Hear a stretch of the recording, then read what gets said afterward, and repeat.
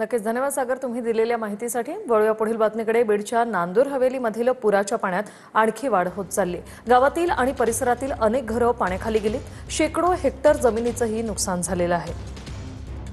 आमचे प्रतिनिधी अशोक आपल्या सोबत थेट जोडलेले आहेत। अशोक, काय स्थिती आहे बीडमध्ये?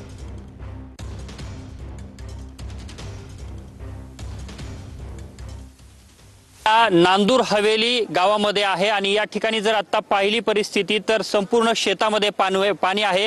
कापूस असेल, ऊस असेल किंवा इतर पिकं असतील ही पूर्णपणे पाण्याखाली गेलेली आहेत आणि पुराचा जो वेग आहे तो आता पुन्हा एकदा पाण्याचा वेग वाढलेला आहे।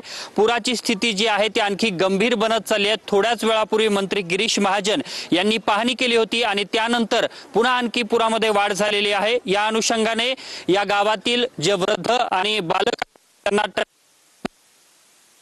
बाहेर काढण्यात आलंय, मात्र आता ट्रॅक्टरच्या माध्यमातून देखील पुढे जाणं शक्य नसल्याची सध्या परिस्थिती निर्माण झाली आहे। यामुळे या ठिकाणची परिस्थिती जी आहे ती गंभीर बनत चाललेली आहे आणि याच गावाला लागून असलेल्या आणखी एका गावामध्ये काही लोक अडकल्याची माहिती आहे। त्यांना देखील करण्यात येणार आहे आणि त्या निश्चित धन्यवाद तुम्ही दिलेल्या या माहितीसाठी।